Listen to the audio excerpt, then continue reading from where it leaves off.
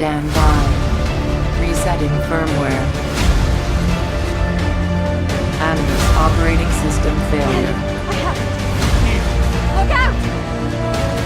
Life is not a fairy tale, and there are no happy endings.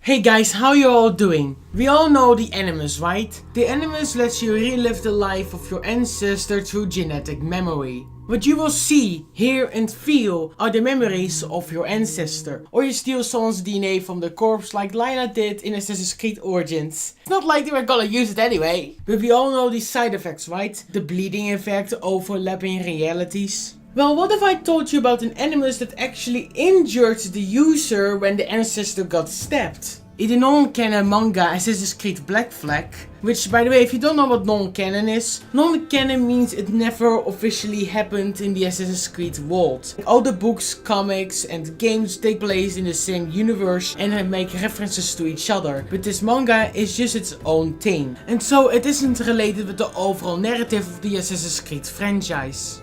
In the modern day, the main character Masato was reliving the life of his ancestor Edward Kenway. During one of his Animus sessions, Edward Kenway got stabbed by Obi-YTP. Masato awoke from the Animus, screaming out of pain because of the injury he just received. Scared and confused, he looks around the room and asks Eren, the leader of this whole operation, where did this injury come from, because the pirate was stabbed and not him. Eren started that he first needed to calm down and then she injected him with a needle.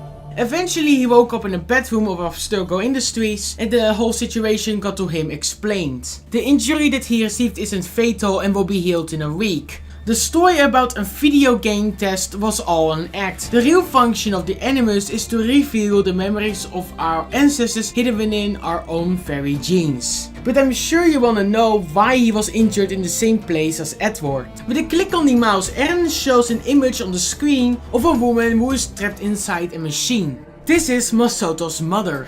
She was working on a way to facilitate access to the memories and to find a better synchronization with genetic memory. Your mother's research allowed us to have a higher level of synchronization, but here's the thing. We discovered that a perfect balance with genetic memory allows the user to influence events contained within the memories of their ancestor. A consequence of this connection is that the injury received in the virtual reality also becomes so in our world. The human mind, incapable of coping with the amplified stimulus, redistributes it around the body.